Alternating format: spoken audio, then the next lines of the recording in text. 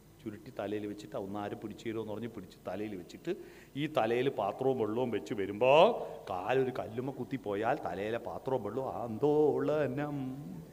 അതാണ് ആന്തോളനം. മനസ്സിലായില്ലേ? ഒരു പുഴക്കരയിൽ ഒരു കടൽക്കരയിൽ കെട്ടിയിട്ട തോണിയുണ്ടല്ലോ, ആ തോണി അലകൾക്കനുസരിച്ച് പൊന്നലയില്ല മാനമാടി എൻ തോണി അങ്ങേക്കരെ പോയി വാ. അതാണ് ആന്തോളനം.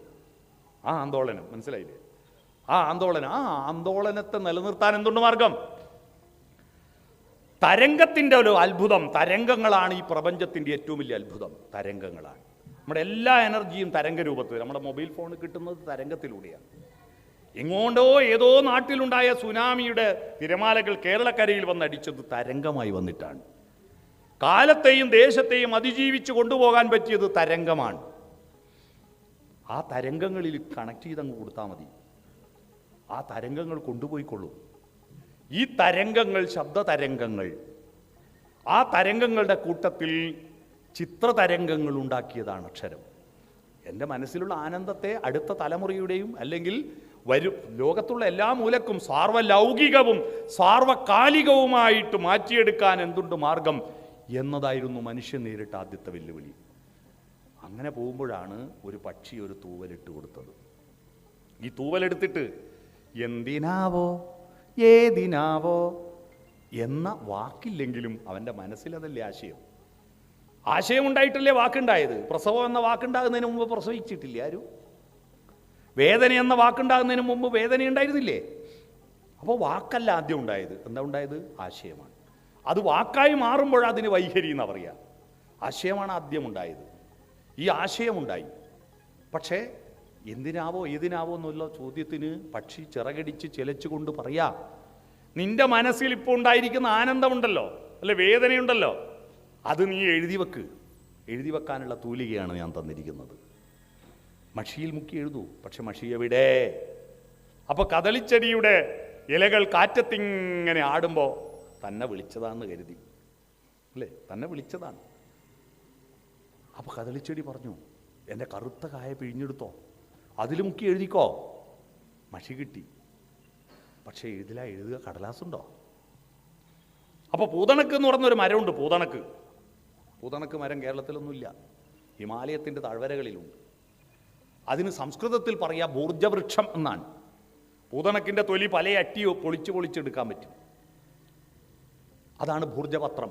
പൂതണക്ക് പറഞ്ഞു, എൻ്റെ തൊലി പൊളിച്ചിട്ട് ഉണക്കിയിട്ട് അതിലെഴുതിക്കോ. കാളിദാസൻ അഭിജ്ഞാന ശാകുന്തളം എഴുതിയത് ഭൂർജപത്രത്തിലാണ്. അപ്പോൾ ഭൂർജപത്രം കടലാസ്, പക്ഷി കൊടുത്ത തൂവലാകുന്ന തൂലിക, കദളിച്ചെടിയുടെ കായ പിഴിഞ്ഞെടുത്ത മഷി കിട്ടി. അടുത്ത ചോദ്യം, എന്താ എഴുതണ്ടേ? അതാണ് ONV കുറുപ്പിൻ്റെ സ്നേഹാക്ഷരങ്ങൾ എന്ന കവിത. ചിറകിൽ നിന്നൊരു തൂവലൻ മുന്നിലിട്ടു പോയൊരു പക്ഷി, ഇതു നീ എടുത്തുകൊള്ളുക. കദളിപ്പൂച്ചെടിയതിൻ കായ്മണികൾ നീട്ടി, ഇതിലെഴും ചായമെടുത്തുകൊള്ളുക. ഒരു ഭൂർജ തരുവൂതി എൻ സ്നിഗ്ധ ചർമ്മത്തിൻ ചിന്തീതാ നീ എടുത്തുകൊള്ളുക. പറയൂ, ഞാനെന്തേ കുറിച്ചു തരേണ്ടതെന്നറിയാതെ ചോദിച്ചു പോയ നേരം ഉത്തരം കേട്ടു കുറിച്ചു വയ്ക്കൂ ഞങ്ങൾക്കിത്തിരി സ്നേഹത്തിനക്ഷരങ്ങൾ. ഉത്തരം കേട്ടു കുറിച്ചു വയ്ക്കൂ ഞങ്ങൾക്കിത്തിരി സ്നേഹത്തിനക്ഷരങ്ങൾ. അപ്പൊ താളമുണ്ടായി, താളത്തിനനുസരിച്ച് ഈണമുണ്ടായി. ഈണത്തിനോട് ചേർന്നിട്ട് ആ ഈണത്തിൽ അവതരിപ്പിച്ച അർത്ഥവും കൂടിയാവുമ്പോഴാണ് സഹിതമുണ്ടായത്. സഹിതം, ശബ്ദവും അർത്ഥവും സഹിതമാകുമ്പോൾ അത് സാഹിത്യമായി. സംഗീതത്തിൻ്റെ പ്രത്യേകത ഡയറക്റ്റ് ആസ്വാദനമാണ്. ഒരു ഉപാധിയുമില്ലാതെ ഒരു വീണ മീട്ടുന്ന ശബ്ദം കേട്ടാൽ ഒരു വ്യാഖ്യാനവുമില്ലാതെ നമുക്കത് ആസ്വദിക്കാൻ പറ്റും. ഒരു വയലിൻ വായിക്കുന്നത് കേട്ടാൽ ആസ്വദിക്കാൻ പറ്റും. അത് ആപാദമധുരമാണ്. ഓരോ അടിയും മധുരമാണ്.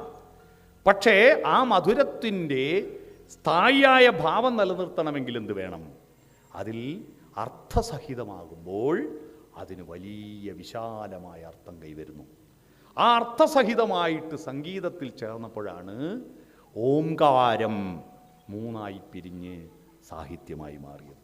ഓംകാരമായ പൊരുൾ മൂന്നായി പിരിഞ്ഞു ആ ഉ അം. ഓംകാരം എന്ന് പറഞ്ഞാൽ എന്താ? ഞാൻ കഴിഞ്ഞ ദിവസം ഒരു വേദാന്ത കൺവെൻഷൻ തൃശ്ശൂർ സംഘടിപ്പിച്ചു. ഞാൻ അവിടെ സംഘടിപ്പിച്ചതിൽ എന്നെ പ്രസംഗിക്കാൻ വിളിച്ചു. ഉപനിഷത്തും ഗീതയും എന്നായിരുന്നു വിഷയം. ഞാനവിടെ പോയിട്ട് നോക്കുമ്പോൾ ഡിഗ്രി സ്റ്റുഡൻസാണ് സദസ്സിൽ. ഓങ്കാരത്തിൻ്റെ അർത്ഥം അറിയാവോ എന്ന് ചോദിച്ചു കുട്ടികളോട്. എല്ലാവരും സംഗീത സ്കൂളിലൊക്കെ പഠിക്കുന്ന കുട്ടികളാണ്, വേദാന്തം പഠിക്കുന്ന കുട്ടികളാണ്. അപ്പോൾ ആരും ഒന്നും പറയുന്നില്ല.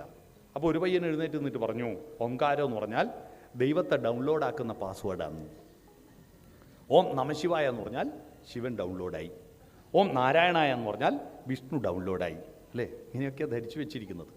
ഓം എന്ന് പറയുന്നത് ഈ പ്രപഞ്ചത്തിൽ ഹിന്ദുവിനും മുസൽമാനും ക്രിസ്ത്യാനിക്കും മാത്രമല്ല,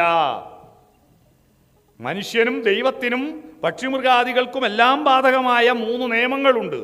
ആ നിയമമാണ് ഉണ്ടാവുക, നിലനിൽക്കുക, ഇല്ലാതാവുക എന്നത്. ആ ഉ അം ഓം. അല്ലേ? ഉണ്ടാവുക, നിലനിൽക്കുക, ഇല്ലാതാവുക.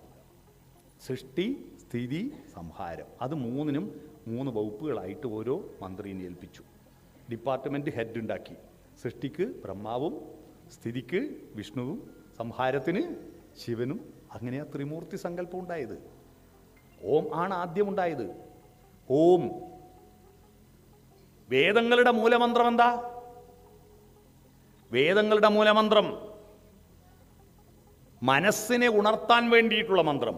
പത്മതീർത്ഥമേ ഉണരൂ, മാനസ പത്മതീർത്ഥമേ ഉണരൂ, അഗ്നിരഥത്തിലുദിക്കുമുഷസ്സിൻ അർഘ്യം നൽകൂ, ഗന്ധർവസ്വരഗംഗയൊഴുകൂ, ഗായത്രികൾ പാടൂ. ഓം സത്സവിതുർവരേണ്യം ഭർഗോ ദേവസ്യ ധീമഹി ധിയോ യോ ന പ്രചോദയാത്. സൂര്യൻ അർഘ്യം കൊടുക്കുക. എന്താ ഈ അർഘ്യം എന്ന് പറഞ്ഞാൽ അറിയാവോ? അതിഥി വീട്ടിൽ വന്നാൽ അവരെ സ്വീകരിക്കുന്ന ഏർപ്പാടാണ് അർഘ്യം. അവരെ കാല് കഴുകാൻ വെള്ളം കൊടുക്കുക, കുടിക്കാൻ വെള്ളം കൊടുക്കുക, അങ്ങനെയാണ് സ്വീകരിക്കുക. കാല് കഴുകാൻ വെള്ളം കൊടുക്കുന്നത് പണ്ട് ചെരുപ്പില്ലാത്ത കാലത്ത് എന്തെല്ലാം ചവിട്ടിയിട്ടാണ് വരുന്നതെന്ന് അറിയില്ലല്ലോ. അതുകൊണ്ട് നമ്മുടെ വീട്ടിൻ്റെ അകം വൃത്തികേടാക്കണ്ട എന്നുള്ളതുകൊണ്ട് നമുക്ക് വേണ്ടിയാണ് കാല് കഴുകാൻ വെള്ളം കൊടുക്കുന്നത്. ഇന്ന് എല്ലാവർക്കും ചെരുപ്പുള്ളത് കൊണ്ട് അതില്ലെങ്കിൽ കുഴപ്പമില്ല. പക്ഷെ കുടിക്കാൻ വെള്ളം കൊടുത്തൂടെ? വന്നോടനെ ഹോർലിക്സ്, ബൂസ്റ്റ്, ചായ ഒന്നും വേണ്ട, ഒരു ഗ്ലാസ് വെള്ളം കൊടുക്കുക. അല്ലാതെ വന്നിട്ട് പോകാൻ ഇറങ്ങുമ്പോൾ അല്ല നിങ്ങൾക്ക് ചായ ഒന്നും വേണ്ടേനാന്ന് ചോദിക്കുന്ന വൃത്തികെട്ട സ്വഭാവം കേട്ടോ. വന്ന ഉടനെ ഒരു ഗ്ലാസ് വെള്ളം കൊടുക്കുക. വേണ്ടെങ്കിൽ തിരിച്ചു. അത് ഏത് ശത്രു ആയാലും, ബോട്ടിന് വന്നാലും പിരിവിന് വന്നാലും പരാതി പറയാൻ വന്നാലും ആര് വന്നാലും നമ്മുടെ വീടിൻ്റെ മുറ്റത്തേക്കോ, നിങ്ങൾക്ക് മുറ്റം ഇല്ലല്ലോ അല്ലേ, ഫ്ലാറ്റിൻ്റെ ആ ഗേറ്റിൻ്റെ ഇപ്പുറത്ത് കടന്നാൽ അവർ നമ്മുടെ സ്വന്തമായി. നമ്മൾ വീടുണ്ടാക്കി വെച്ചിരിക്കുന്നത് എനിക്ക് വേണ്ടി മാത്രമല്ലല്ലോ. അങ്ങനെയാണെങ്കിൽ പുറത്ത് പെയിൻ്റ് അടിക്കണ്ടല്ലോ. എൻ്റെ വീടുണ്ടാക്കിയത് എനിക്ക് വേണ്ടി മാത്രമല്ലല്ലോ, നാട്ടുകാർക്കും കൂടി കാണാൻ വേണ്ടിയല്ലേ പുറത്ത് പെയിൻ്റ് അടിക്കുന്നത്. നമുക്ക് കാണാനല്ലോ. സ്ത്രീകൾ പൂജ കൂടുന്നത് പൂക്കളോട് സ്ത്രീകൾക്കാണോ പുരുഷന്മാർക്കാണോ കൂടുതൽ ഇഷ്ടം? സ്ത്രീകൾക്കാണെന്നായിരിക്കില്ല എല്ലാവരും മനസ്സിൽ. അല്ല, പുരുഷന്മാർക്കാണ്. കാരണം സ്ത്രീകൾ ഒരിക്കലും പൂവ് കാണാൻ താല്പര്യപ്പെട്ടിട്ട് മുമ്പ് ചൂടാറില്ല. അവർ പിറകിലാ ചൂടുക. ആണുങ്ങളെ കാണിക്കാനാ അല്ലേ? ആണുങ്ങളെ കാണിക്കാനാ പിന്നിലാ പൂവ് ചൂടുക. മുന്നിൽ പൂവ് ചൂടിയത് ഒരാളേ ഉള്ളൂ, അതൊരു പുരുഷനാ, ജവഹർലാൽ നെഹ്റു അല്ലേ? അദ്ദേഹം ഇവിടെയാണ് പൂവ് ചൂടുക. അപ്പോൾ അതുപോലെ വീടിന് പെയിൻ്റ് അടിക്കുന്നത് നമുക്ക് കാണാനല്ലല്ലോ, നാട്ടുകാരെ കാണിക്കാനാ. അപ്പോൾ വീടിന് ആർക്ക് കൂടി അവകാശമുണ്ട്? നാട്ടുകാർക്ക് കൂടി.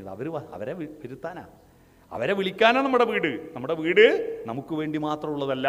നമ്മുടെ വീട് മറ്റാരും വരാത്ത വീടാണെങ്കിൽ നമ്മുടെ വീട് നിർജീവമായ വീടാണ്. നമ്മുടെ വീട് മനുഷ്യൻ്റെ വീടല്ല, മറ്റാളുകൾ വരുമ്പോഴാണ്. അതിഥിയാണ്. തിഥി നോക്കാതെ ദിവസം നേരത്തെ പറയാതെ വരുന്നവനാണ് അതിഥി. വന്ന ഉടനെ ഒരു ഗ്ലാസ് വെള്ളം കൊടുക്കുക അല്ലേ? കാല് കഴുകാൻ വെള്ളം ഇപ്പം നമ്മുടെ നാട്ടിലൊക്കെ കൊടുക്കുന്നത് വിവാഹം കഴിഞ്ഞിട്ട് നവവധു ഭർത്താവിൻ്റെ വീട്ടിലേക്ക് കയറുമ്പോൾ വിളക്കും പിടിച്ച് അമ്മായിയമ്മ നിൽക്കുമ്പോൾ ആരെങ്കിലും ഒരാൾ കാല് കഴുകിക്കും. എന്തിനാ കാല് കഴിക്കുന്നതെന്നറിയോ? അമ്മായിയമ്മ അപ്പോൾ അവളോട് പറയാ, നിൻ്റെ വീട്ടിലെ എല്ലാ വൃത്തികേടും ഇവിടെ കഴുകി കളഞ്ഞേക്കണം, ഇങ്ങോട്ട് കയറ്റരുത്. മനസ്സിലാക്കാം? നിൻ്റെ എല്ലാ വൃത്തികെട്ട ശീലങ്ങളും ഇവിടെ കഴുകിക്കളയണം, ഇങ്ങോട്ട് കയറ്റരുത് എന്നതാണ് കാല് കഴുകുന്നത്. ഇതിനാണ് അർഘ്യം. ആർക്കാ അർഘ്യം കൊടുക്കുന്ന? സൂര്യൻ. ആ സൂര്യനാണ് നമ്മുടെ ഭൂമിയുടെ ദൈവം. ശ്രീരാമൻ പ്രാർത്ഥിച്ച ദൈവം ഏതാ?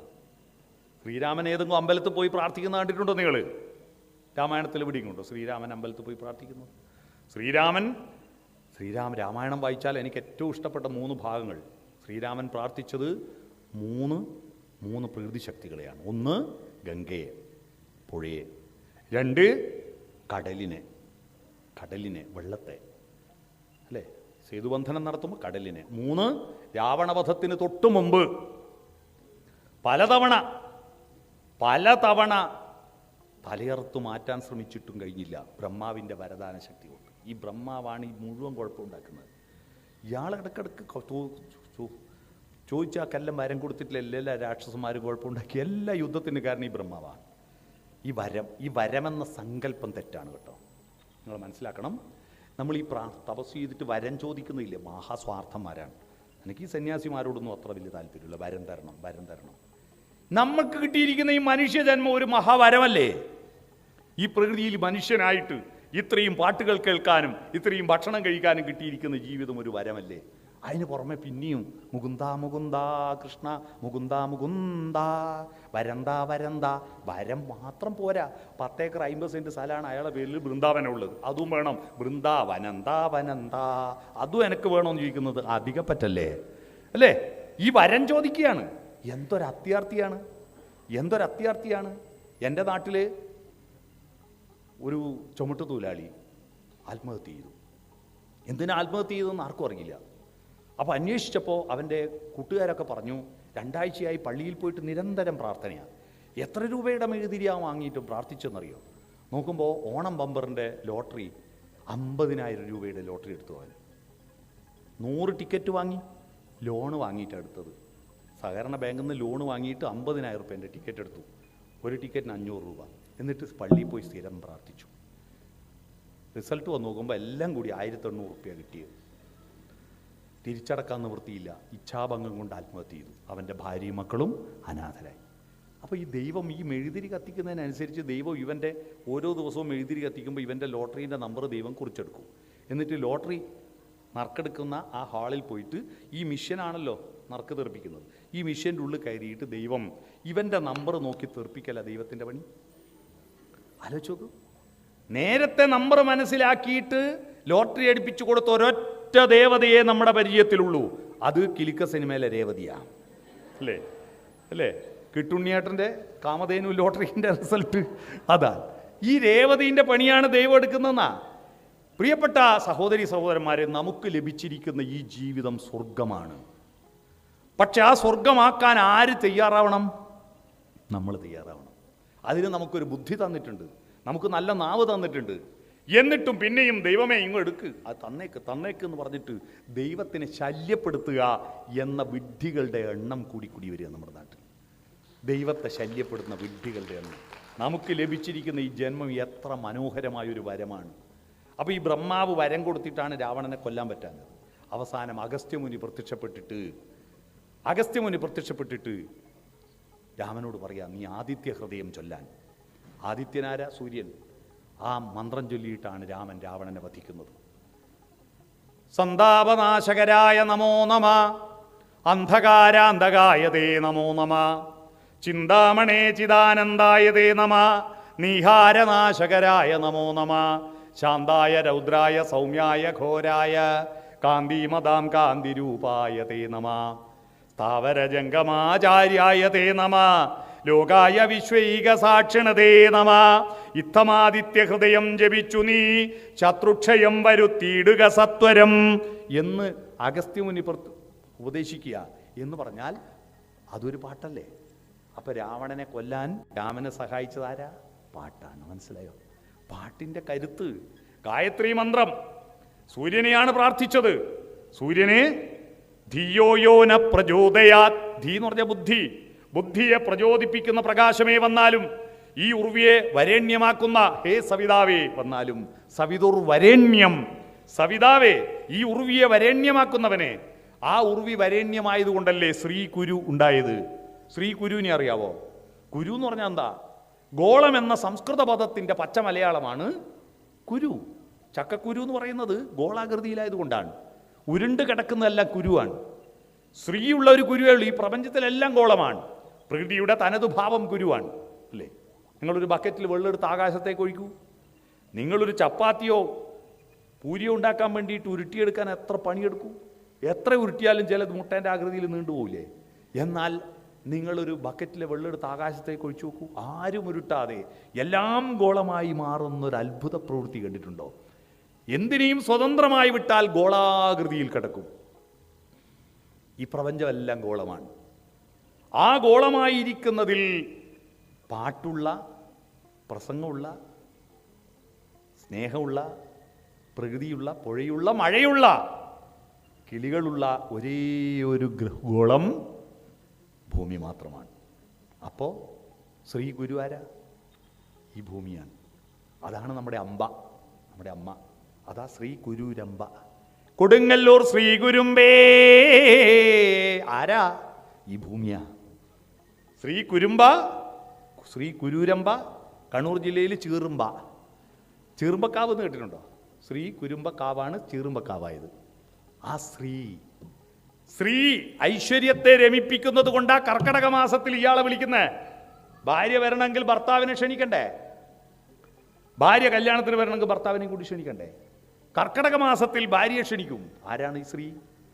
ജ്യേഷ്ഠകേരി വരും. ഭാരതത്തിലെ ദൈവസങ്കല്പം ഡബിളാ. ജ്യേഷ്ഠത്തിയും അനുജത്തിയും ഉണ്ട് അല്ലേ? വലിയ പോതിയും ചെറിയ പോതിയും ഉണ്ട്. ജ്യേഷ്ഠത്തി കുരിപ്പാണ്, രോഗമാണ്, പൊട്ടിയാണ്, ബസൂരിമലയാണ്, ജ്യേഷ്ഠയാണ്. കർക്കടക മാസത്തിൽ മഴ നിൽക്കാതെ മഴ പെയ്യുമ്പോൾ അന്തരീക്ഷത്തിലെല്ലാം വൈറസും ഫംഗസും ബാക്ടീരിയകളും നിറയും അല്ലേ? നിറയും. പിന്നെ പണിയും കൂലിയൊന്നും ഇല്ലാതെ വീട്ടിൻ്റെ അകത്ത് ഇങ്ങനെ ഇരിക്കുമ്പോൾ മനസ്സിലും അന്ധകാരം നിറയും. അപ്പോൾ മനസ്സിലും പുറത്തും ജ്യേഷ്ഠ കയറി കൂടും. ആ ജ്യേഷ്ഠയെ പുറത്താക്കണമെങ്കിൽ അനുജത്തി വരണം, ശീവോതി വരണം. ശീവോതി ആരാ? ശ്രീ ഭഗവതി. അതാ ശീവോതി. ശ്രീ ഭഗവതി ഐശ്വര്യമാണ്. ഐശ്വര്യം പിറകിലെ അനിയത്തിയ പിറകിലേ വരൂ. ജ്യേഷ്ഠത്തി ആദ്യം വരൂ. അതുകൊണ്ടാണ് പണ്ടത്തെ ആൾ കുളിച്ചാൽ ആദ്യം പുറം തോർത്തിയിട്ട് മുഖം തോർത്തുന്നാണ്ടിനാ. എന്തിനാ? ആദ്യം തോർത്തുന്നിടത്ത് ജ്യേഷ്ഠത്തി കയറിയിരിക്കും, പിന്നെ തോർത്തുന്നിടത്ത് അനുജത്തി കയറിയിരിക്കും. പുറം തോർത്തിയ ജ്യേഷ്ഠനെ പുറത്താക്കി മുഖത്ത് ഐശ്വര്യം കിട്ടാനാ. മനസ്സിലായോ? അതാണ്. അപ്പോൾ ഈ അനുജത്തിയെ ശ്രീയെ വിളിക്കണം. ശ്രീയെ വിളിക്കണമെങ്കിൽ ശ്രീൻ്റെ ഭർത്താവിനെ വിളിക്കണ്ടേ? അതുകൊണ്ട് എല്ലാ ദിവസവും രാമായണം വായിക്കുമ്പോൾ ആദ്യത്തെ ദിവസം ആദ്യം ശ്രീരാമ രാമ രാമ എന്ന് പറയുന്നത് ശ്രീയെ രമിപ്പിക്കുന്നവൻ. അതാ ശ്രീരാമൻ എന്ന വാക്കിൻ്റെ അർത്ഥം. ആരാ? മഹാലക്ഷ്മിയെ രമിപ്പിക്കുന്നവനെ. അങ്ങനെ രാമൻ എന്ന പേര് വന്നത്. രമിപ്പിക്കുന്നവൻ രാമൻ, രമിക്കുന്നവൾ രമ. മനസ്സിലായോ? രമയുടെ ഭർത്താവ് രാമൻ. അതുകൊണ്ട് ശ്രീയെ രമിപ്പിക്കുന്നവനെ രാമ നീ വരൂ എന്ന് പറയുന്നതാണ്. ആ ഐശ്വര്യമാണ് ഈ ഭൂമി. ഈ ഭൂമി ഐശ്വര്യമാണ്. ആ ഭൂമിയെ വരേണ്യമാക്കുന്ന സൂര്യൻ. അതാണ് ഗായത്രി മന്ത്രം. ഗായത്രി മന്ത്രം കഴിഞ്ഞ് പിന്നെ ദൈവം പാതി കഴിഞ്ഞ പിന്നെ താൻ പാതിയാവണ്ടേ? അടുത്ത മന്ത്രം ഏതാ? അടുത്ത മന്ത്രം എല്ലാം പാട്ടാ. അടുത്ത മന്ത്രം ശാന്തി മന്ത്രം. എന്താ ശാന്തി മന്ത്രം? ഓം സഹനാവവതു സഹനൗ ഭുനക്തു സഹവീര്യം കരവാവഹൈ തേജസ്വിനാവധീതമസ്തു മാ വിദ്യുഷാവഹൈ. ഇനി നമ്മളെ പണിയാ. ഓം സഹ അവവതു. ഒരുമിച്ചിരുന്ന് പഠിക്കണം, ചർച്ച ചെയ്യണം. ഒരുമിച്ചിരുന്ന് ചർച്ച ചെയ്യണം. അതാണിപ്പോൾ ഇവിടെ നടക്കുന്നത്. സഹ അവവതു. ഈ ലോകത്തുണ്ടായിരിക്കുന്ന എല്ലാ വികാസവും ആരും ഒറ്റക്കിരുന്നുണ്ടാക്കിയതല്ല. ബെഡ്റൂമിലല്ല ലോകത്തിന് വികാസമുണ്ടായത്. വരാന്തകളിലും തെരുവുകളിലും മൈതാനങ്ങളിലും ഹാളുകളിലുമാണ് ലോകത്തിന് വികാസം ഉണ്ടായത്. നിങ്ങളിപ്പോൾ ചില ആൾ വിചാരിക്കുന്നുണ്ട് ഇത്ര നേരം വെറുതെ ഇവിടെ വന്നിരുന്നിട്ട് വീട്ടിലിരുന്നിട്ടുണ്ടെങ്കിൽ കുറച്ച് ഗെയിം കളിച്ചുകൂടെ എന്നല്ലേ? ഈ ഗെയിം കളിച്ച് വീട്ടിലിരുന്ന് ഗെയിം കളിച്ചിട്ട് ലോകം എന്തോ മാറുമോ? ഒരു മാറ്റം ഉണ്ടാവില്ല. ഈ ഇവിടെ വന്നിരിക്കുമ്പോഴുള്ള നിങ്ങളായിരിക്കുമോ തിരിച്ചു പോകുമ്പോഴുള്ള നിങ്ങൾ? അതാ പ്ലസ്. ഇവിടെ വരുമ്പോൾ തൂക്കം നോക്കിയിട്ട് തിരിച്ചു പോകുമ്പോൾ ഇവിടുത്തെ ഭക്ഷണം കഴിച്ചിട്ട് തൂക്കം കൂടിയിട്ടുണ്ടോ എന്ന് ആരും നോക്കുമോ? നീളം കൂടിയിട്ടുണ്ടോ നോക്കുക? 8ാം ക്ലാസ്സിലൊരു കുട്ടിയെ ചേർക്കുമ്പോൾ ആ കുട്ടിക്ക് എത്ര തൂക്കം ഉണ്ടോ നോക്കി 10ാം ക്ലാസ്സിലെ SLC ബുക്കിൽ അവൻ്റെ തൂക്കം കൂടിയത് ആരെങ്കിലും +8 എഴുതുമോ? ഇല്ല. അവൻ്റെ ആന്തരികമായ സാംസ്കാരികമായ ഗുണം വർദ്ധിച്ചിട്ടുണ്ടോ എന്നാണ് ചോദിക്കുന്നത്. അതുകൊണ്ടല്ലേ ഈ ശരീരം വളർത്തലല്ല പ്രധാനം, ശരീരത്തെ നിയന്ത്രിക്കലാ. പഞ്ചായത്തിൻ്റെ കെട്ടിട നിർമ്മാണ ചട്ടം എന്ന് പറയും പലരും. കെട്ടിട നിർമ്മാണ ചട്ടം ഇല്ല പഞ്ചായത്തിന്. കെട്ടിട നിർമ്മാണ നിയന്ത്രണ ചട്ട. അധികം കെട്ടിടം ഉണ്ടാക്കാതിരിക്കാനാണ് പഞ്ചായത്ത് നിയമം ഉണ്ടാക്കിയത്. വെറുതെ എന്തിനുണ്ടാക്കുന്നു? വെറുതെ പൈസ ചെലവഴിക്കുന്നു എന്നാണ്. പരിസ്ഥിതിക്ക് ദോഷമുണ്ടാക്കാത്ത വിധത്തിൽ മാത്രമേ കെട്ടിടം ഉണ്ടാക്കാവൂ. കെട്ടിട നിർമ്മാണ നിയന്ത്രണ ചട്ടം അതുപോലെ മക്കളെ പോറ്റുന്നത് എന്താ? ശരീരത്തെ വളർത്താനല്ല, ശരീരത്തെ നിയന്ത്രിക്കാനാണ് അച്ഛനമ്മമാർ പഠിക്കേണ്ടത്. അതുകൊണ്ടാണല്ലോ ഒരു കുട്ടി ജനിച്ച ആദ്യത്തെ ചടങ്ങെന്താ? ഒരു കുട്ടി ജനിച്ച ആദ്യത്തെ ചടങ്ങെന്താ മലയാളികൾക്ക്? 28-ന് മുമ്പ് 2 ചടങ്ങുണ്ട്. കണ്ണെഴുതുന്നതിന് മുമ്പ് ആദ്യം ജനിച്ച ഉടനെ തേനും വയമ്പും നാവിൽ തൂകും വാനമ്പാടി എന്നൊരു പാട്ട് കേട്ടില്ലേ? തേനും വയമ്പും നാവിൽ. എന്തിനാ തേന്? മധുരം. ജനിച്ച ഉടനെ കുട്ടിക്ക് തോന്നുക കൊള്ളാലോ, positive energy. First impression is the best impression. കൊള്ളാലോ, ഈ ലോകം ഓക്കെയാണ്, I am okay, you are okay എന്ന് കുട്ടിയുടെ ഭാവം ഉണ്ടാക്കാനാണ് തേന്.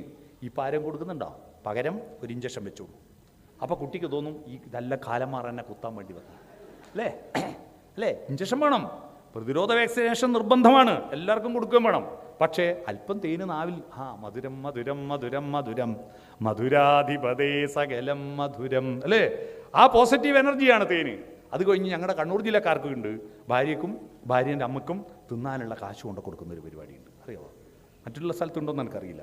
തിന്നാനുള്ള, പക്ഷെ തിന്നുന്നതിന് അതിന് മാത്രമേ ഇംഗ്ലീഷ് പറയൂ. തിന്നുന്നതിൻ്റെ ഇംഗ്ലീഷാണ് പറയുക, ഈറ്റിൻ്റെ പൈസ എന്നാണ് പറയുക. മനസ്സിലായോ? മനസ്സിലായോ? ആ പൈസ കൊണ്ട് കൊടുക്കൂ. അപ്പോൾ പിന്നെ മൂന്നാമത്തത് 28, അല്ലേ? 28ാമത്തെ ദിവസം. അന്ത 28ൻ്റെ കണക്ക്? അന്ത 27ഓ 29ഓ ആയാൽ 28ൻ്റെ പ്രത്യേകത അറിയാമോ? AD 825 മുമ്പ് മലയാളിക്ക് ഡേറ്റ് ഓഫ് ബർത്ത് ഇല്ല, സ്റ്റാർ ഓഫ് ബർത്താ. ഡേറ്റ് വന്നത് നമ്മുടെ കലണ്ടർ ആദ്യം. മലയാളത്തിലെ ആദ്യത്തെ കലണ്ടർ ഏതാ? മലയാളത്തിൻ്റെ കലണ്ടർ ഏതാണെന്നറിയാവോ? നമ്മൾ ഈ ചുമരുമ തൂക്കുന്ന കലണ്ടർ പോർച്ചുഗീസുകാർ വന്നപ്പോഴാണ് കിട്ടിയ നമുക്ക്. അതിനു മുമ്പ് നമുക്കൊക്കെ ഒരു കലണ്ടർ ഉണ്ട്.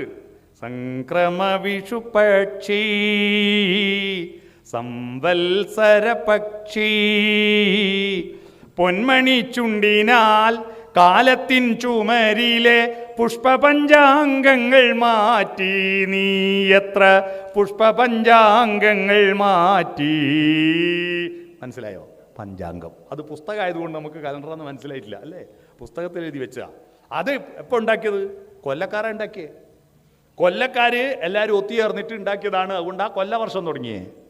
മനസ്സിലായോ? കൊല്ലത്ത് ഉണ്ടാക്കിയത് കൊണ്ടാണ് കൊല്ലവർഷം എന്ന് പേര്. ആ കൊല്ലവർഷം AD 825.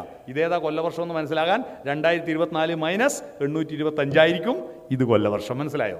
അതിനു മുമ്പ് നമുക്ക് ഡേറ്റ് ഇല്ല, നമ്പർ ഇല്ല, നമുക്ക് നക്ഷത്രമാണ്. അശ്വതി മുതൽ രേവതി വരെ 27 നക്ഷത്രം. ആ നക്ഷത്രം ഓരോ മാസത്തിൽ ഓരോ ആംഗിളിൽ നിന്നാണല്ലോ ഭൂമി സൂര്യനെ ചുറ്റുന്നത് കൊണ്ട് വിവിധ സ്ഥലത്തുനിന്ന് ഫോട്ടോ എടുക്കുമ്പോൾ ആടുന്നെടുത്ത ഫോട്ടോ ഇടുന്നെടുത്ത ഫോട്ടോ നിങ്ങൾ ഇരിക്കുന്നതിൻ്റെ സംവിധാനം മാറിയിട്ടല്ലേ കാണുക. അതുപോലെ നമ്മൾ വ്യത്യസ്ത സ്ഥലങ്ങളിൽ നിന്ന് ഫോട്ടോ എടുക്കുമ്പോൾ നക്ഷത്രങ്ങൾ വ്യത്യസ്ത ആംഗിളിൽ കാണും. ആ നക്ഷത്രങ്ങളെ കണക്ട് ചെയ്തുകൊണ്ട് ചിത്രം വരച്ചാൽ കിട്ടുന്ന ചിത്രങ്ങളാണ് ഓരോ മാസത്തിൻ്റെ പേര്. മാസത്തിൻ്റെ പേര് എങ്ങനെയാണ്? ആടിൻ്റെ ചിത്രം കിട്ടിയ മേഷം. മേഷം എന്ന് പറഞ്ഞാൽ ആട് എന്നാണ് സംസ്കൃതത്തിൽ, അതാ മേടം. പോത്തിൻ്റെ ചിത്രം കിട്ടിയ ഇടവം. ഭാര്യയും ഭർത്താവും വളരെ യോജിച്ചിട്ട് 69 ഇരിക്കുന്ന ചിത്രം കിട്ടിയാൽ മിഥുനം. തെറ്റിയ 96, യോജിച്ച 69. മനസ്സിലായോ? അപ്പോൾ മിഥുനം. കർക്കിടകം എന്ന് പറഞ്ഞാൽ ഞണ്ട്. ചിങ്ങം എന്ന് പറഞ്ഞാൽ സിംഹം. സിംഹം അത് ചിങ്ങമായി. കന്യകയുടെ ചിത്രം എന്ന് പറഞ്ഞാൽ ഈടുന്നെങ്കിൽ ഒരു ചിരി കണ്ടാൽ അത് മതി എന്ന് പറഞ്ഞിങ്ങനെ ഇരിക്കുന്ന ഒരു കന്യകയില്ലേ, ആ ചിത്രമാണ് കന്നി. ത്രാസ് തുലാശ്. തുലാശ് അതാണ് തുലാം. വൃശ്ചികം എന്ന് പറഞ്ഞാൽ തേള്. തേളില്ലേ, ഈ ബാല് കൊണ്ട് കുത്തുന്ന സ്റ്റേറ്റ് ബസ്സിൻ്റെ മണിയടിക്കുമ്പോഴത്തെ അത് ആ തേള്, അതിൻ്റെ ചിത്രം അതാണ് വൃശ്ചികം. ധനു എന്ന് പറഞ്ഞാൽ വില്ല്, ധനുസ്. മകരം എന്ന് പറഞ്ഞാൽ നർമ്മദ. നർമ്മദാദേവിയുടെ വാഹനം അറിയാം ആർക്കും? നർമ്മദാദേവിയുടെ വാഹനം മകരമത്സ്യമാണ്. മകരി എന്ന് പറഞ്ഞാൽ മുതല. മുഖം മുതല, ഉടല് മത്സ്യം, അതാണ് മകരമത്സ്യം. അതിൻ്റെ ചിത്രം കൊടുത്താൽ മകരം. പിന്നെ ഇവിടെ ഒരു കലണ്ടർ കണ്ടു, അതിൽ ഈ ചിത്രമുണ്ട്. അതിൽ മകരമത്സ്യത്തിന് ആടിൻ്റെ ചിത്രം കൊടുത്തത്. തെറ്റാണത്, തെറ്റാണത്. മകരം. കുംഭം പാത്രം. പാത്രം. മീനം സാധാരണ പരൽ മത്സ്യം. മേടം ആട്. മനസ്സിലായോ? ഇങ്ങനെയാണ് നക്ഷത്രങ്ങൾ. ഈ നക്ഷത്രം വെച്ചിട്ടാണ് നമ്മളെല്ലാം പിറന്നാൾ. 1980 മുമ്പ് ജനിച്ച മലയാളികൾക്കെല്ലാം 3 പിറന്നാളുണ്ടാവും, 3 ജന്മദിനം ഉണ്ടാവും. ഒന്ന് ഇംഗ്ലീഷ് തീയതി, മുനിസിപ്പാലിറ്റിയിലും പഞ്ചായത്തിലും രജിസ്റ്റർ ചെയ്ത തീയതി. 2 മലയാള മാസവും നക്ഷത്രം. മേടമാസം മകൻ നക്ഷത്രം. എൻ്റെ അമ്മ അന്നേ പായസം വെക്കും, വേറെ ഒരു ഡേറ്റ് ഓഫ് ബർത്തിനും പായസം വെക്കും. അന്ന് പായസം വെച്ച് എപ്പോൾ? മേടമാസം മകൻ നക്ഷത്രം. 3 LP സ്കൂളിലെ ഹെഡ് മാഷ് നിശ്ചയിച്ച തീയതി. സ്കൂളിൽ ചേർക്കാൻ പോയാൽ LP സ്കൂളിലെ ഹെഡ് മാഷ് ചോദിക്കും, എപ്പോഴാ? അച്ഛനോട് ചോദിച്ചു, എപ്പോൾ നാരായണ ഇവനെ പറ്റ്? അത് പെരളിമലയിൽ പൊനംകൃഷി നടത്തിയില്ലേ, അക്കൊല്ല പറ്റ്. അതേത് പൊനംകൃഷി നടത്തിയ കണ്ണോം പാലത്തിൻ്റെ കണ്ണടഞ്ഞ് വെള്ളം കയറിയില്ലേ, അക്കൊല്ല പ്രസവിച്ചു. ഇത് മാഷക്ക് മനസ്സിലാവില്ല. അപ്പോൾ മാഷ് നിശ്ചയിച്ചു, ജൂണിൽ വയസ്സ് ആവണമെങ്കിൽ മെയ്യിൽ പ്രസവിക്കണം. നിന്നെ പെറ്റത് മെയ് 4-നാണ്. അതാണ് എൻ്റെ SLC ബുക്കിൽ മെയ് 4. മനസ്സിലായോ? അത് ഞാൻ ഫേസ്ബുക്കിൽ കൊടുത്തു, മെയ് 4. അപ്പോൾ മെയ് 4 എനിക്ക് ആശംസകൾ ഇങ്ങനെ വരും. ഞാനത് മുഴുവൻ പരേതനായ നെട്ടൂർ കുഞ്ഞിരാം മാഷുടെ പാതാരവിന്ദങ്ങളിലേക്ക് ഫോർവേഡ് ചെയ്യും. കഥ അയാൾ നിശ്ചയിച്ചതാണ്. മനസ്സിലായോ? അല്ലേ? അതല്ലേ ജന്മദിനോ? ഞാൻ SLC ബാച്ചിൻ്റെ സംഗമം നടക്കല്ലേ. എൻ്റെ കൂടെ പഠിച്ച കോളയാട് സെൻറ്റ് കോർണേലിയസ് സ്കൂളിലെ മുഴുവൻ വിദ്യാർത്ഥികളുടെയും ലിസ്റ്റ് എടുക്കാൻ പോയി. ഞാൻ അവിടെ പോയപ്പോൾ ലിസ്റ്റ് എടുക്കുമ്പോൾ ഇവരുടെ ഡേറ്റ് ഓഫ് ബർത്തും കൂടി കുറിച്ചെടുത്താൽ വാട്സപ്പിൽ ജന്മദിന ആശംസ അറിയിക്കാമല്ലോ. അങ്ങനെ കുറിച്ചെടുത്തു നോക്കുമ്പോൾ 241 ആളിൽ 212 ആളെയും പറ്റത് മെയിലാണ്. ഇതിനെപ്പറ്റി എന്താ സത്യം എന്നറിയാണ്ട് കുറേ കാലം കഴിഞ്ഞിട്ട് ഇതിനെപ്പറ്റി ആരെങ്കിലും ഒരു പഠനം നടത്തിയാൽ വിചാരിക്കും അന്ന് കേരളത്തിലെ സ്ത്രീകൾ മെയ് മാസം ക്യാമ്പ് നടത്തിയിട്ടാണ് പ്രസവിക്കാറെന്ന്. ക്യാമ്പ് നടത്തി പ്രസവിക്കുന്നു. അപ്പോൾ ഈ നക്ഷത്രമാണ് ഒരു പ്രധാനം, അല്ലേ? നക്ഷത്രം. അപ്പോൾ 27 കഴിഞ്ഞിട്ട് 28ാമത്തെ ദിവസം ഫസ്റ്റിൽ വരും ഈ കുട്ടീൻ്റെ നക്ഷത്രം. അന്നാണ് പേര് വിളിക്കുക. അന്നല്ലേ പേര് വിളിക്കുക. ഈ 28ൻ്റെ കണക്കിങ്ങളറിയോ? ഈ 28, 31 ദിവസം മാസം ഉണ്ടല്ലോ. നമ്മളെ മാസം പിന്നെ നിശ്ചയിച്ചപ്പോൾ 12 മാസമായി. 12 മാസം എങ്ങനെ വന്നെന്നറിയോ? ചന്ദ്രമാസമായി. ചന്ദ്രൻ ഭൂമിയെ 12 തവണ ചുറ്റുന്നു എന്ന് കണ്ടെത്തിയപ്പോൾ 12 മാസമായി. 12 തവണ ചുറ്റുന്നു. അങ്ങനെയാണ് മാസത്തിന് മന്ത് എന്ന് ഇംഗ്ലീഷ് പേര് വന്നത്. MONDAY മൺഡേ തിങ്കളല്ലേ. MON ചന്ദ്രൻ ഭൂമിയെ ചുറ്റുന്നത് മന്ത്. മനസ്സിലായോ? അങ്ങനെയാണ് 8th, 9th, 10th എന്നെല്ലാം പറയില്ലേ, മന്ത്. അതാണ്. 10 മാസമേ ഉണ്ടായിരുന്നുള്ളൂ പണ്ട്. 2 മാസം പിന്നെ ചേർത്താ. ഈ ചാന്ദ്രമാസങ്ങൾ ഉണ്ടാക്കിയത് ജൂലിയസ് സീസറിൻ്റെ അഗസ്റ്റസ് സീസറിൻ്റെ കാലത്താണ്.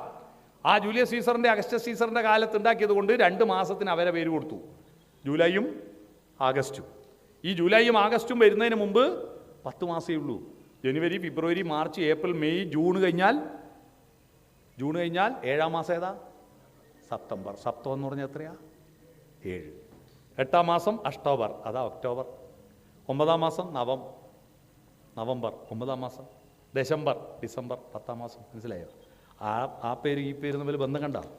ആ പേര് ഈ പേരും എന്ന് പറഞ്ഞാൽ അവരുടെ ലാറ്റിൻ ഭാഷയും നമ്മുടെ സംസ്കൃത ഭാഷയും ബന്ധമുണ്ട്. ഒരേ നാട്ടിൽ നിന്ന് 2 ഭാഗത്തേക്ക് പോയവരാണ്. മെസോപ്പൊട്ടോമിയൻ സംസ്കാരത്തിൽ നിന്ന് പടിഞ്ഞാറോട്ട് പോയവർ ഇംഗ്ലീഷുകാരും കിഴക്കോട്ട് വന്നവർ ഭാരതീയരുമായി മാറി. അതുകൊണ്ട് ഒരുപാട് പദങ്ങളിൽ സമാന ശബ്ദങ്ങളുണ്ട്. ഈ ബ്രാ എന്നുള്ള ശബ്ദമില്ലേ, ബ്രാ എന്നുള്ള ശബ്ദം ഭൂമി മുഴുവനുണ്ട്. നമുക്ക് ബ്രഹ്മാവുണ്ട്. ബ്രഹ്മാവിൽ ബ്രാന്നുണ്ട്, ഹാന്നുണ്ട്, മാന്നുണ്ട്. ഇല്ലേ? ക്രിസ്ത്യാനികളുടെ വലിയ ആളാരാ? അബ്രഹാം പുത്രനാം ഇസ്ഹാക്കിൻ വംശീയ വല്ലിയിൽ മുട്ടിട്ട പൊൻപൂവേ. അതിലും ഇല്ലേ? അബ്രഹാമിലും ഇല്ലേ ബ്രാഹാമ? അല്ലേ? ഇബ്രാഹിം നബി അല്ലേ പ്രധാനം? പെരുന്നാൾ ബക്രീദിൻ്റെ ഇബ്രാഹിമിലും ഇല്ലേ ബ്രാഹാമ? ആലോചിച്ചു കേട്ടെ.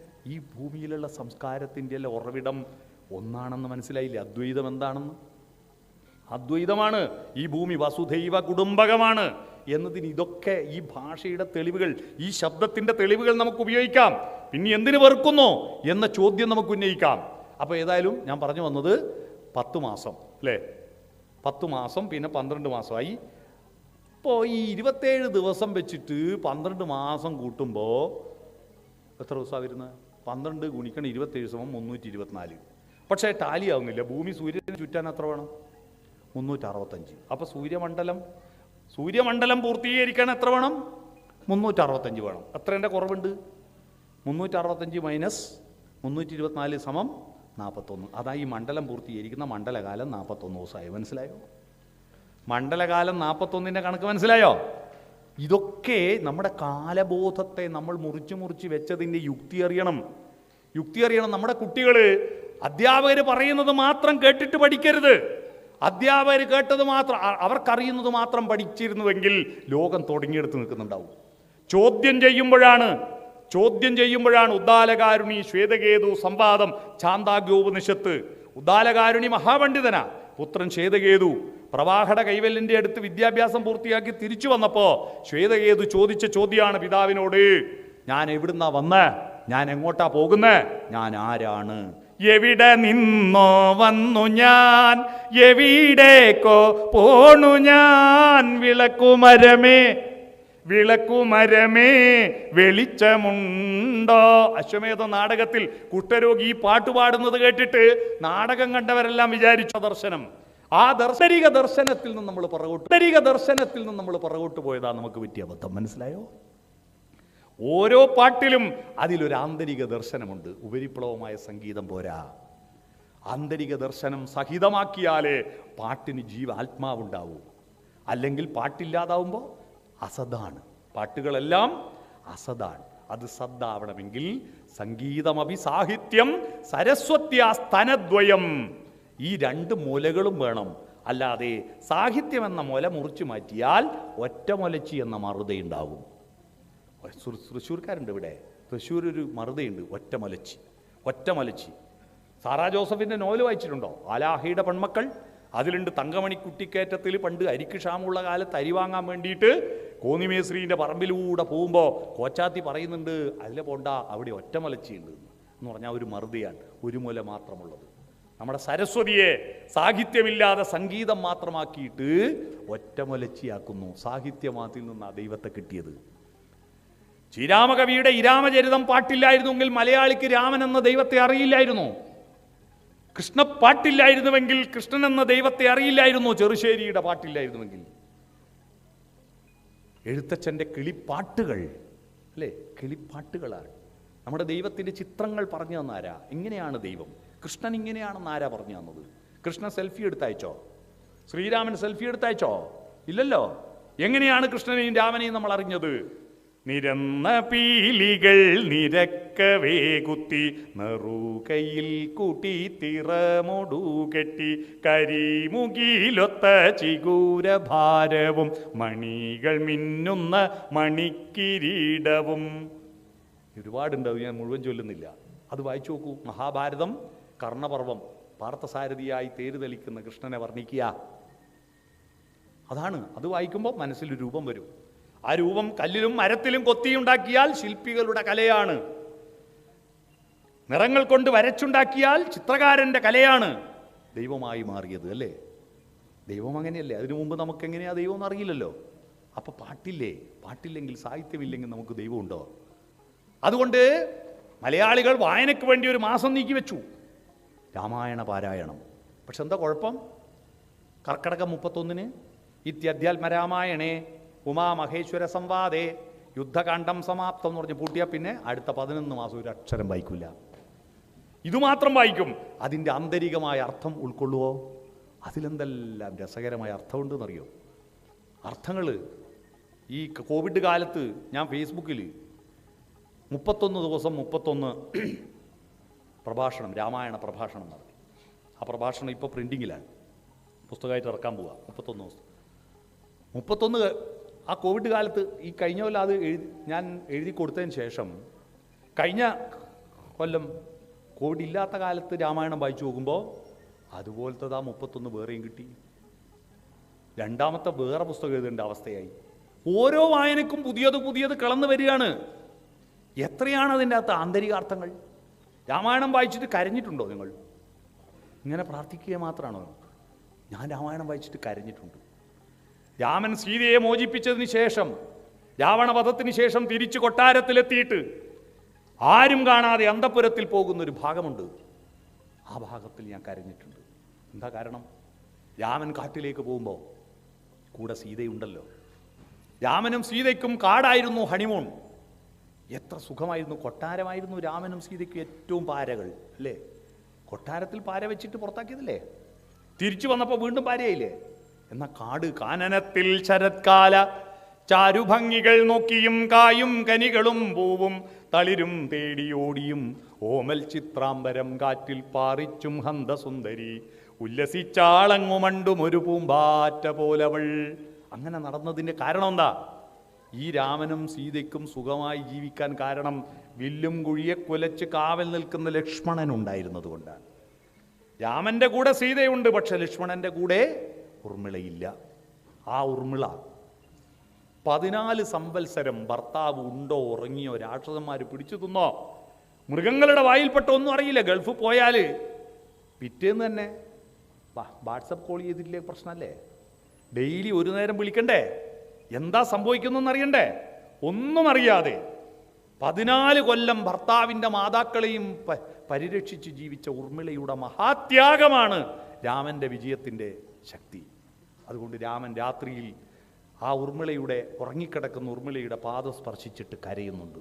പ്രിയപ്പെട്ട അനുജത്തി, നിന്റെ ജീവിതത്തിൻ്റെ മഹാത്യാഗമാണ് എൻ്റെ ജീവിതത്തിൻ്റെ വിജയമെന്ന് പറയുന്ന രാമൻ കരയുന്ന രംഗം നിങ്ങൾ ശ്രദ്ധിച്ചിട്ടുണ്ടോ? ഇതൊക്കെ കാണണം, അല്ലാതെ വെറുതെ ഇങ്ങനെ ഉപരിപ്ലവമായിട്ട് രാമ രാമ രാമ രാം ജപിച്ചിട്ട് പോക്കല്ല.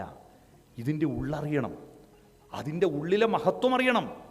അപ്പോൾ അങ്ങനെ രാമായണ പാരായണം, അത് വായന വേണം. അപ്പോൾ 28ാമത്തെ ദിവസം നമ്മൾ പറഞ്ഞ് 28ാമത്തെ ദിവസം ഒരു കുട്ടിക്ക് പേര് വിളിക്കുന്നു, പാല് കൊടുക്കുന്നു, അരയിൽ ഒരു നൂലും കെട്ടുന്നു. എന്താ നൂല് കെട്ടുന്നത്? എന്തിനാ നൂല് കെട്ടുന്നത്? ഞാൻ പല സ്വാമിമാരോട് ചോദിച്ചു, പല സ്ഥലത്ത് ആധ്യാത്മിക പ്രഭാഷകന്മാരോട് ചോദിച്ചു, ആരും മറുപടി പറഞ്ഞില്ല. പാട്യം പഞ്ചായത്ത് വയോജന സംഗമത്തിൽ ഈ ചോദ്യം ചോദിച്ചു. റിട്ടയർഡായ സാവിത്രി ടീച്ചർ പറഞ്ഞു, ആരും ഉത്തരം പറഞ്ഞില്ലല്ലോ. ഇല്ല, എന്നാൽ എനിക്കിപ്പോൾ തോന്നിയൊരു ഉത്തരം പറഞ്ഞു തരട്ടെ. പറഞ്ഞു, കുട്ടീനെ ഗർഭം ധരിക്കുന്ന ആരാ? അമ്മ മാത്രമല്ലേ? പ്രസവിക്കുന്നതും അമ്മ, മുലയൂട്ടുന്നതും അമ്മ, എല്ലാം ചെയ്യുന്നത് അമ്മ മാത്രം. പക്ഷെ കുട്ടി അമ്മേൻ്റെ മാത്രമല്ലല്ലോ, അച്ഛനും കൂടി അവകാശപ്പെട്ടതല്ലേ. അപ്പം അച്ഛനൊരു പരാതി വേണ്ടെന്ന് വിചാരിച്ചിട്ട് 28ാമത്തെ ദിവസം കുട്ടിയെ പാർട്ടീഷൻ ചെയ്ത് 2ആക്കി നടുക്കൊരു അതിരിടുന്ന, പകുതി അച്ഛന് പകുതി അമ്മക്ക്. ആ ടീച്ചർ പറഞ്ഞു തന്നു കേട്ടോ. ആണോ? അല്ല. നല്ല രസമുള്ള ഉത്തരം, നല്ല രസമുള്ള ഉത്തരം. പക്ഷേ ഈ അരയിൽ കെട്ടുന്നത് എന്താ? ഈ ചരടിൻ്റെ പ്രത്യേകത നിങ്ങൾ അറിയണം. നിങ്ങൾ പാടുന്ന പാട്ടുകൾ നിങ്ങൾ ഉണ്ടാക്കിയ പാട്ടല്ലല്ലോ. ത്യാഗരാജനും ദീക്ഷിതരും തപസ്സു ചെയ്തുണർത്തിയ സംഗമമോഹിനി സ്വാതി തിരുനാളിൻ എത്രയെത്ര സാഹിത്യകാരന്മാർ, എത്രയെത്ര സംഗീത വിദ്വാൻമാർ തന്നതാണ്. അവർ പിരിച്ചതിൻ്റെ ബാക്കിയല്ലേ നമ്മൾ പിരിക്കുന്നേ. അപ്പം സംസ്കാരം എന്ന് പറയുന്നത് ഒരു ചരടല്ലേ? നമ്മുടെ ജീവിതം ഒരു ചരടാണ്, ഒരു രേഖാഖണ്ഡമല്ല, ഒരു രേഖയാണത്.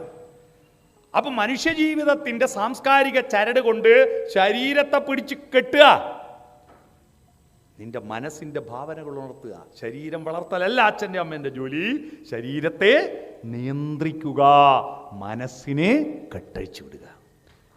ആ മനസ്സിനെ കെട്ടഴിച്ചു വിടുക. ആ മനസ്സ് വളർത്താൻ ഓരോ ദിവസവും എന്തു പറഞ്ഞു? സഹ അവവദോ. മനസ്സിലായോ? ഒരുമിച്ചിരുന്ന് ചർച്ച ചെയ്യാറുണ്ടോ ലോകത്തെ പറ്റിയിട്ട്? മുറ്റത്ത് വിരിഞ്ഞു നിൽക്കുന്ന ഒരു പൂവിനെ കുറിച്ച് ചർച്ച ചെയ്യാറുണ്ടോ? ഒരു പൂമ്പാറ്റിയെ കുറിച്ച് ചർച്ച ചെയ്യാറുണ്ടോ? രാവിലെ ഉണർന്നാൽ മുന്നിലത്തെ വാതിൽ തുറക്കാറുണ്ടോ? വീട്ടിൻ്റെ അകത്ത് കാർബൺ ഡൈ ഓക്സൈഡ് ഉൽപ്പാദനമല്ലേ നമ്മളെ പണി? ഓക്സിജൻ വലിച്ച് കയറ്റിയിട്ട് ജനറേറ്ററിൻ്റെ ഒച്ചയിലാൾ ചില ആൾ കാർബൺ ഡൈ ഓക്സൈഡ് ഉൽപ്പാദിപ്പിക്കുക. അതിനെ ഡിസ്പോസ് ചെയ്യാൻ പ്രകൃതി ഉൽപ്പാദിപ്പിച്ചിരിക്കുന്ന ഓക്സിജനെ വീട്ടിൻ്റെ അകത്തേക്ക് ക്ഷണിച്ച് ആ മുറ്റത്തേക്കൊന്ന് ഇറങ്ങി ഒരു 10 മിനിറ്റ് നേരം കുട്ടികളോടൊത്ത് വരാന്തയിലും മുറ്റത്തും ചെലവഴിക്കാൻ തയ്യാറാവുക. ഉള്ള വരാന്ത, നിങ്ങൾക്ക് ഇവിടെ വരാന്തെന്ന് ചോദിക്കും, ഉള്ള വരാന്തയിലൊന്ന് ചെലവഴിക്കുക. എന്നിട്ട് ഈ ലോകത്തെ പറ്റി ചർച്ച ചെയ്യുക. ആകാശത്തെ കിളികളെ പറ്റിയിട്ട് രാത്രിയിൽ നിങ്ങൾക്ക് ഇവിടെ ഫ്ലാറ്റുകളില്ലേ, ആ ഫ്ലാറ്റിൻ്റെ മേലെ കയറിയിട്ട് ഒരു പായം വിരിച്ചിട്ട് കുട്ടികളെയും കൂട്ടി മലർന്ന് കിടന്നിട്ട് ആകാശത്തു കൂടെ സഞ്ചരിക്കുന്ന ധൂമകേതുക്കളെയും നക്ഷത്രങ്ങളെയും ചന്ദ്രനെയും നോക്കുക. ആ ചന്ദ്രനെ മാത്രമായിരുന്നു പണ്ടത്തെ ഫേസ്ബുക്ക്. എന്താ? കാമുകനും കാമുകി ഒരേ സമയത്ത് കാണുന്ന വാട്സപ്പും ഫേസ്ബുക്കും വന്നപ്പോഴല്ലേ പ്രേമം എക്സ്പ്ലോർ ചെയ്യപ്പെട്ടത്. ഇപ്പോൾ കാരണം എളുപ്പത്തിൽ ആരെയും പ്രേമിക്കാലോ. ഒരു പണി, പണ്ട് കത്തയച്ച് പുസ്തകത്തിൻ്റെ ഉള്ളിൽ വെച്ച് ഇത് കൊടുക്കണ്ടല്ലേ അല്ലേ? ഇത് കൊടുത്താൽ മാഷ് ഒഴിക്കുള്ളൂ, എന്താ മറുപടി പറയുക, എല്ലാം ഒരു പ്രശ്നമില്ലല്ലോ. ഹായ്, ഒറ്റ പോലെ ഹായ് എന്ന് പറഞ്ഞാൽ എനിക്ക് കേസ് കൊടുക്കാൻ പറ്റില്ലല്ലോ. അപ്പോൾ അവളെ മനസ്സറിയാൻ ഒരു ഹായ്, അപ്പോൾ തിരിച്ചിങ്ങോട്ട് ഹായ് കിട്ടിയെങ്കിൽ തയ്യായി, കണക്ഷനായി അല്ലേ? അപ്പോൾ അടുത്തൊരു സ്നേഹത്തിൻ്റെ ചിഹ്നം, ആ ചിഹ്നത്തിന് ദേഷ്യത്തിൻ്റെ ചിഹ്നം കിട്ടിയെങ്കിൽ അവിടെ ഫുൾ സ്റ്റോപ്പ് അല്ല. അപ്പോൾ എത്ര പെട്ടെന്ന് പ്രേമിക്കുകയാണ്, എട്ടെന്ന് പ്രേമിക്കുക. പണ്ട് പൂർണ്ണേന്ദു മുഖിയോടമ്പത്തിൽ വച്ച് പൂജിച്ച ചന്ദനം ഞാൻ ചോദിച്ചു, കൺമണി അതു കേട്ടു നാണിച്ചു നാണിച്ചു കാൽനഖം കൊണ്ടൊരു വര വരച്ചു. ഇത്രയേ കിട്ടൂ. കാൽനഖം കൊണ്ടൊരു വര വരക്കൂ. ഇന്ന് കാൽനഖം കൊണ്ട് വരക്കുന്ന ഏതെങ്കിലും ഒരു പെൺകുട്ടി ഇന്ന് ലോകത്തിലുണ്ടോ? അല്ലേ? പണ്ടിങ്ങനെ വരക്കും. ആ വരയാണ് ക്ലിയറാണ്. ഇന്നൊരു ഹായ് കൊണ്ട് എത്ര വേഗമാണ്. അപ്പോൾ നമുക്ക് ഈ സോഷ്യൽ മീഡിയയിലൂടെ പണ്ട് ചന്ദ്രക്കലയെ നോക്കിയിട്ട് കാമുകനും കാമുകിക്കും ഒരേ സമയത്ത് ചന്ദ്രക്കലയെ നോക്കിയിരിക്കുക. പൊന്നരിവാളം വിളിയിൽ കണ്ണെറിയുന്നോളെ, ആ മരത്തിൻ പൂന്തണലിൽ വാടി നിൽക്കുന്നോളെ. അവളെ വിളിച്ചിട്ട് എന്താ പറഞ്ഞേ? പാട്ടുപാടാൻ നോക്കുന്ന, അല്ലാതെ റൂം എടുക്കാന്നല്ല, നാട് വിടാന്നല്ല. പാട്ടുകാരൻ നാളെയുടെ ഗാട്ടുകാരനല്ലേ. നിങ്ങളുടെ ഈ ഗ്രൂപ്പിന്റെ പ്രസക്തി ഏതാണ്? നാളെയുടെ ഗാട്ടുകാരൻ. എന്താ ഈ ഗാട്ടുകാരെ? ഗാട്ടുകാരൊന്നുമല്ല, ഗാഡാണ്. ഭാവിയുടെ സുരക്ഷാഭടന്മാർ പാട്ടുപാടുന്നവരാണ്, ഭാവിയുടെ സുരക്ഷാഭടന്മാർ. അതുകൊണ്ട് നിങ്ങളുടെ ഗ്രൂപ്പിന് വലിയ കരുത്തുണ്ട്. മനസ്സിലായോ? നിങ്ങൾ ഭാവിയുടെ സുരക്ഷാഭടന്മാരാണ്. പാട്ടുകാരൻ നാളെയുടെ ഗാട്ടുകാരാണ്. അതാണ് അത്തരത്തിൽ, അല്ലേ? അത്തരത്തിൽ പാട്ടുപാടുന്നു. അപ്പോൾ ആകാശത്തേക്ക് നോക്കുക, നക്ഷത്രങ്ങളെ നോക്കുക, വിമാനങ്ങളെ നോക്കുക. ഈ ഗ്ലോബ് വെച്ചിട്ട് ചർച്ച ചെയ്യുക. അവൻ്റെ മനസ്സ് വികസിക്കട്ടെ. ഗ്ലോബ് വെക്കുക. ഇതാ അമേരിക്ക, ഇവിടെ അങ്ങനെ ആലോചിക്കുക. അല്ലേ? ഞാനിപ്പോൾ 8 ദിവസമായി വീട്ടിൽ നിന്ന് പുറപ്പെട്ടിട്ട്. ഞാൻ ഇന്ത്യയുടെ കിഴക്കേ ഭാഗത്തെ തലക്കായായിരുന്നു കഴിഞ്ഞ 6 ദിവസം. അന്തമാൻ നിക്കോബാർ ദ്വീപിലായിരുന്നു. 6 ദിവസമായിട്ട് അവിടെയായിരുന്നു.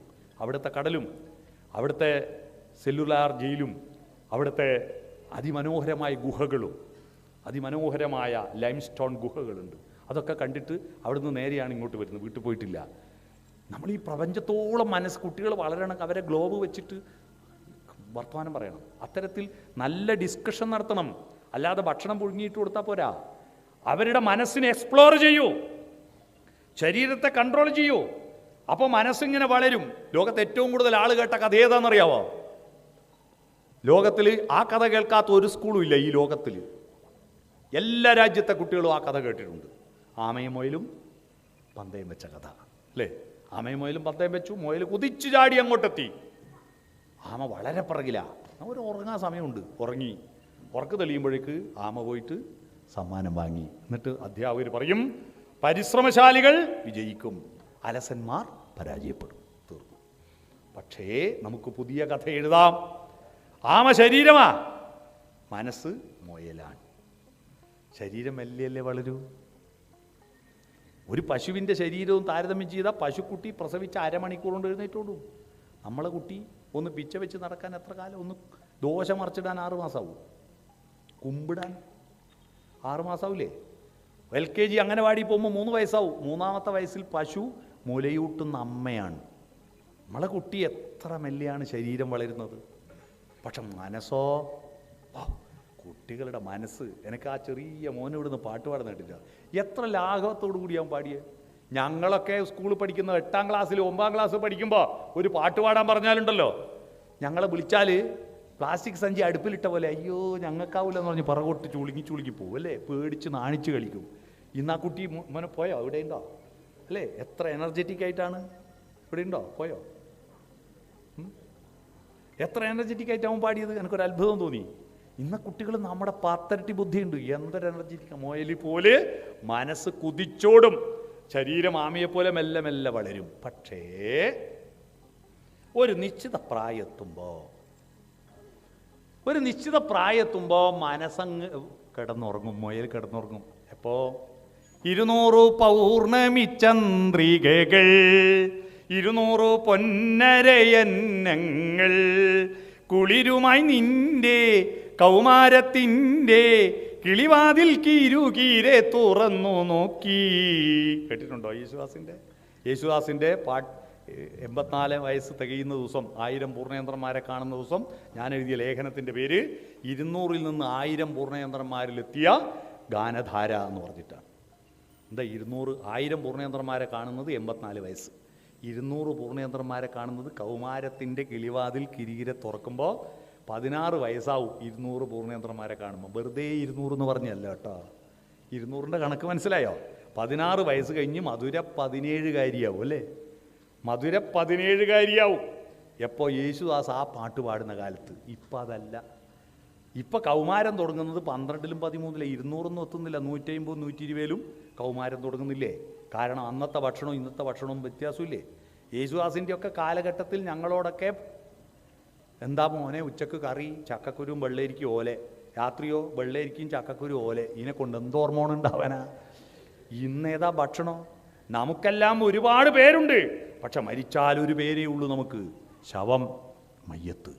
എന്നാൽ കോഴിക്ക് മരിക്കുന്നത് വരെ ഒരു പേരേ ഉള്ളൂ, മരിച്ചാൽ എന്തെല്ലാം പേരാ? Chicken kebab, chicken kadai, pepper chicken, ginger chicken, എത്ര പേരില്ല ചിക്കൻ. ഇത് മുഴുവൻ കഴിച്ചിട്ട് കുട്ടികളുടെ ഉള്ളിലെങ്ങ് ഉണരുകയല്ലേ ആര്? ചെമ്പകപ്പൂ മൊട്ടിനുള്ളിൽ വസന്തം വന്നു, കരളിലെ ഇളം കൊമ്പിൽ ചന്ദനക്കിളി അടക്കം ചൊല്ലി. നമ്മുടെ കൈതപ്രം ദാമോദരൻ നമ്പൂതിരിക്ക് ഒരു അവാർഡ് കൊടുക്കുന്ന ചടങ്ങിൽ കൂത്തുപറമ്പിൽ അയാൾ ഇരുത്തിക്കൊണ്ട് ഈ പാട്ടിൻ്റെ മനഃശാസ്ത്ര പശ്ചാത്തലത്തെക്കുറിച്ച് ഞാൻ പ്രസംഗിച്ചിട്ട് അദ്ദേഹം എന്നെ വന്ന് കെട്ടിപ്പിടിച്ച് എനിക്ക് ഭയങ്കര സന്തോഷമായിരുന്നു. ഈ പാട്ട് എന്ന് സ്വന്തം ജാനകിക്കുട്ടിക്ക് എന്ന് പറഞ്ഞു. എന്ന് പറഞ്ഞാൽ ഉള്ളിൽ ചന്ദനക്കിളി അടക്കം ചൊല്ലാൻ തുടങ്ങുക നേരത്തെ 12 വയസ്സിൽ പ്രേമക്കത്ത് എഴുതുക കുട്ടികൾ അല്ലേ? അതാണ് അവരുടെ ഉള്ളിൽ പുതിയൊരാൾ. അതൊരു തെറ്റാണോ? പ്രകൃതിക്കറിയില്ലല്ലോ. മനുഷ്യന് 18 വയസ്സായാലേ പെൺകുട്ടിക്ക് കല്യാണം കഴിക്കാവൂ, 21 വയസ്സായാൽ മാത്രമേ ആൺകുട്ടിക്ക് കല്യാണം കഴിക്കാവൂ. അത് ലംഘിച്ചാൽ പിന്നൽ കോഡ് പ്രകാരം തെറ്റാണെന്ന് ശരീരത്തിന് അറിയില്ലല്ലോ. ശരീരം ഒരു അവസരം കിട്ടുമ്പോൾ പുഷ്പിക്കാൻ തുടങ്ങും. ആ പുഷ്പിക്കാൻ തുടങ്ങുമ്പോൾ ശരീരം മനസ്സിനെ ഓവർടേക്ക് ചെയ്യും. വേണ്ട, നാട്ടുകാർ വേണ്ട, നാടിൻ്റെ മര്യാദ വേണ്ട, അതെല്ലാം മനസ്സിനല്ലേ. അതങ്ങ് കിടന്നുറങ്ങും. ശരീരം ആമ പോവും. ആമ പോയി ട്രോഫി വാങ്ങിയിട്ട് വരും. 2 കൊല്ലം കഴിഞ്ഞാൽ ട്രോഫി എടുത്തിട്ട് വരും. അമ്മയെ പറ്റിപ്പോയി അവ മഹാപോക്കാന്ന് പറഞ്ഞിട്ട് കേട്ടില്ല ട്രോഫി കൊണ്ട് വരുന്നത്. മനസ്സിലായോ? ഈ മനസ്സ് കിടന്നുറങ്ങാൻ അനുവദിക്കാതിരിക്കാൻ ആ കുട്ടിയുടെ മനസ്സിന് കൊടുക്കേണ്ടത് എന്താണ്? നിങ്ങൾ അവന് ശരീരത്തിന് ഭക്ഷണം കൊടുത്താൽ പോരാ, അവൻ്റെ മനസ്സിന് അവൻ്റെ സ്കൂളുകളിലെ പാഠപുസ്തകങ്ങൾ കൊടുത്താൽ പോരാ. പാഠപുസ്തകങ്ങൾ മാർക്കാണ്, പക്ഷെ അതൊരിക്കലും അവവധുയാവുന്നുള്ളൂ, സഹനവും ഭുനക്തു ആവുന്നില്ല. എന്താണ് ഇത് രണ്ടും തമ്മിൽ വ്യത്യാസം? കുട്ടികളെല്ലാം പഠിക്കുന്നുണ്ട്, നല്ല ബുദ്ധിയാണ്, നല്ല മാർക്കാണ്. നമ്മുടെ 10 ഇരട്ടി ബുദ്ധി കുട്ടികൾക്കുണ്ട്, പക്ഷെ അതൊന്നും തന്നെ തൻ്റെ ജീവിതവുമായി കണക്ട് ചെയ്ത് പഠിക്കുന്നില്ല. ഞാൻ സ്കൂൾ പഠിക്കുമ്പോൾ A+B² A² + 2AB + B² എന്ന് ബൈഹാർട്ട് പഠിക്കാത്തതിൻ്റെ പേരിൽ 100 പ്രാവശ്യം ഇമ്പോസിഷൻ എഴുതിച്ചിട്ടുണ്ട്. 100 പ്രാവശ്യം ഇത് എഴുതുക എന്ന് പറഞ്ഞാൽ എന്തൊരു നരകമാണപ്പോൾ. A+B² എന്നത് അങ്ങോട്ട് പോയിട്ട് പിന്നെ ഈ കൈ ഇങ്ങോട്ട് വരണം. ഞങ്ങളതിന് എന്ത് സൂത്രം കൊണ്ടു എന്ന് കുത്തനെ എഴുതും 100 പ്രാവശ്യം, എന്നിട്ട് പ്ലസ് ഇടും 100 പ്രാവശ്യം, എന്നാലും ഒന്നിച്ചെഴുതി പഠിക്കില്ല. കാരണം ഇതെന്തിനാ പഠിക്കുന്ന ഒരു പിടിയില്ല. എന്നാൽ ഈ കഴിഞ്ഞ കൊല്ലം 39 വർഷത്തിന് ശേഷം അതിൻ്റെ അർത്ഥം എനിക്ക് പിടികിട്ടി. ഞാൻ പഠിച്ച സ്കൂളിൽ ക്രിസ്ത്യൻ മാനേജ്മെൻറ്റ് സ്കൂളാണ്. പള്ളിയിലച്ഛൻ്റെ വിചാരം ആൺകുട്ടിയും പെൺകുട്ടിയും അടുത്തിരുന്നാൽ പെൺകുട്ടി ഉടനെ ഗർഭിണിയായി പോകുന്ന പേടിയായിക്ക്. അതുകൊണ്ട് പെൺകുട്ടികളുടെ ക്ലാസ് വേറെ, ആൺകുട്ടികളുടെ ക്ലാസ് വേറെ. അങ്ങോട്ട് നോക്കിയും അടി കിട്ടും, അങ്ങോട്ട് നോക്കിയും കടി കിട്ടും, ഇങ്ങോട്ട് നോക്കിയും കടി കിട്ടും. അപ്പോൾ ഭയങ്കര പ്രശ്നം, ഭയങ്കര പ്രശ്നം. ഞങ്ങൾ പെൺകുട്ടികളെ ആരും ഞങ്ങൾ കണ്ടിട്ടില്ല, ഞങ്ങളെ ആരും അവരും കണ്ടിട്ടില്ല. ഇപ്പോൾ റീയൂണിയൻ വെച്ചപ്പോൾ ഞങ്ങൾ എയും അവർ ബിയും ആയിട്ട് മേറുന്നിരുന്നത് ഹോൾ² ആയിട്ട് നോക്കുമ്പോൾ ഒരു ഭാഗത്ത് A², മറ്റേ ഭാഗത്ത് 2AB, ഇപ്പുറത്ത് B². അതിൻ്റെ അർത്ഥം ഇപ്പം പിടികിട്ടിയേ. മനസ്സിലായോ? അപ്പം ഞാൻ പറഞ്ഞു വരുന്നത്, ജീവിതവുമായി കണക്ട് ചെയ്യണമെങ്കിൽ അവവധു പോരാ, സഹനവും ഭുനക്തു, ചവച്ചരഞ്ഞ് സ്വന്തം ഉമിനീര് ചേർത്ത് സ്വന്തം അനുഭവങ്ങൾ ചേർത്തിട്ട് പഠിക്കണം. അല്ലാതെ വെറുതെ ഉപരിപ്ലവമായി കമിഴ്ത്തി വെച്ച പാത്രത്തിൽ ഒഴിച്ച വെള്ളം പോലെയായി പോകരുത്. സഹനവും ഭുനക്തു, അതിനനുസരിച്ച് ജീവിക്കാൻ പഠിക്കുമ്പോൾ സഹവീര്യം കരവാവഹി. അത് 3 നടക്കുമ്പോൾ മനസ്സിലൊരു വെളിച്ചം ഉണ്ടാവും. തേജസ്വിനാവധീതമസ്തു. ആ വെളിച്ചം ഉണ്ടായാൽ പിന്നെ മാ വിദ്യുഷാവഹി, ഒരാളോടും വിദ്വേഷം ഉണ്ടാവില്ല. ഈ ദർശനം നമ്മുടെ ജീവിതത്തിൻ്റെ അടിത്തറയാണ്.